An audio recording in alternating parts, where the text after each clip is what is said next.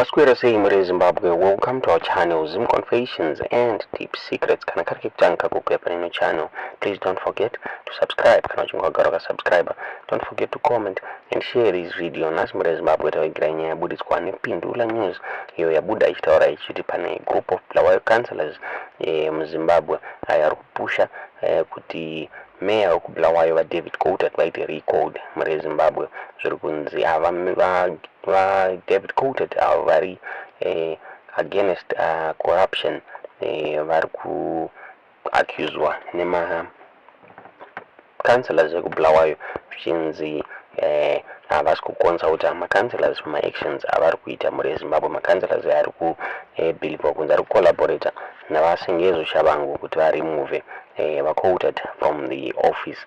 Zvataurwa zvakare zvichinzi ma MPs aya akawanda acho ndeye ruling parties anopia councillors aya akawanda acho ndeye ruling party aritaura achiti Coltart ngavabve pachigaro Mare Zimbabwe. ZANU-PF councillor vanokutula sibanda pavabvunzwa this question havana kuramba kana kubvuma vataura ivo vachiti Coltart havasi kudiwa nevanhu nenyaya yekuti havasi kuconsulta vanhu, vari kungoimposa decisions avo Mare Zimbabwe vega.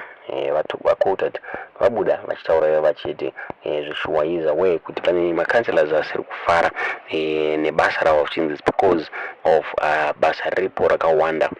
Vakataura ivo vachiti sometimes vari kushaya meetings nenyaya yekuti schedule yavo iri tight zvichinzi kubva iswe pachigaro as the mayor weBulawayo havasati vatombowana even one weekend nemukadzi wavo zvichinzi because the schedule is very tight zvichinzi saka ndo zviri kuita kuti members councillors aya ari kunenge ari kufungidzwa kuti ari kushanda navasengezo Chabvondoka vaonekwa vasiri kufara navaDavid Coltart. Ndinoita takugirai nyaya muzuva ranhasi kuti zvamuri kufunga pamusoro penyaya iyi mucomment section, kuti is it a good move kuti vaDavid Coltart vaite record kana kuti tiudze zvati kumwe muri kufunga pamusoro penyaya iyi mucomment section.